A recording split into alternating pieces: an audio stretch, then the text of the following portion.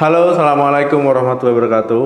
Teman-teman ya, sehari-hari saat makan, saat masak, ya garam itu sudah menjadi bumbu penyedap, ya ataupun salah satu penyedap makanan.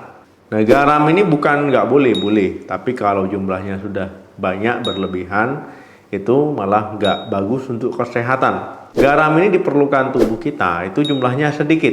Nah, kadang kita nggak sadar ya, saat makan, konsumsi garam ternyata sudah melebihi batas harian kita. Nah, teman-teman misalkan ya makan sayuran, pokoknya sudah ada garamnya situ yang kita kasih tadi. Kemudian makan di luar ya sudah ada garamnya juga di sana. Makanan cepat saji, makanan kalengan dan sebagainya itu ternyata sudah ada garamnya. Jadi asupan garam berlebih. Nah, kalau berlebih ya teman-teman bisa meningkatkan resiko penyakit jantung, darah tinggi, ya bahkan bisa meningkatkan resiko terjadinya stroke. Jadi kita akan membahas rempah-rempah lezat pengganti garam.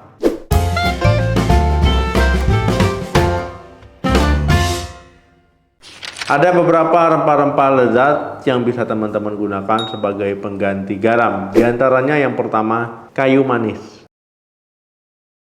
Walaupun namanya kayu manis, ya kayu manis ini bisa digunakan sebagai pengganti garam. Ya misalkan teman-teman saat masak, ya ini juga mengenakkan rasa masakan yang kita olah. Kayu manis ini memiliki manfaat yang kita dapatkan ketika kita konsumsi dari makanan karena nutrisi yang terkandung di kayu manis tadi. Saat masak teman-teman bisa menggunakan bubuk dari kayu manis ataupun ya kayu manis itu sendiri ya di kecil-kecil ya yang diletakkan di masakan kita. Yang kedua, kunyit. Teman-teman, kunyit ini khas ya, warnanya kuning. Ya saat diolah di masakan juga bisa memberikan warna kuning.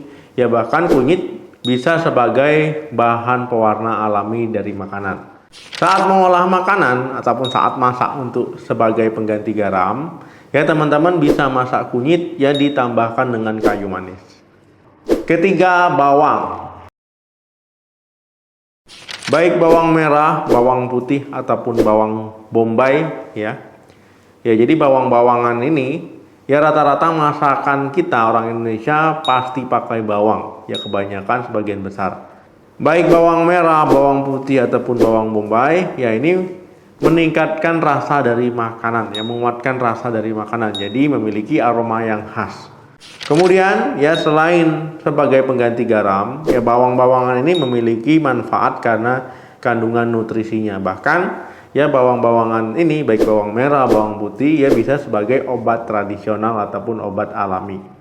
Walaupun bermanfaat ya teman-teman mengkonsumsi bawang juga jangan berlebihan. Kemudian mengolah masakannya juga dengan cara yang sehat.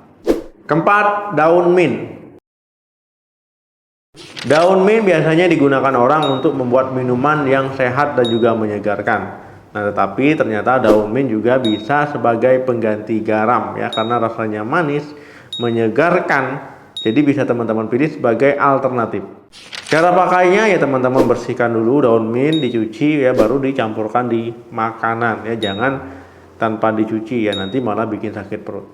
Yang kelima, cabai. Teman-teman ya cabai ataupun cabai ini yaitu orang Indonesia rata-rata kalau masak itu pakai cabai, ada cabainya ya.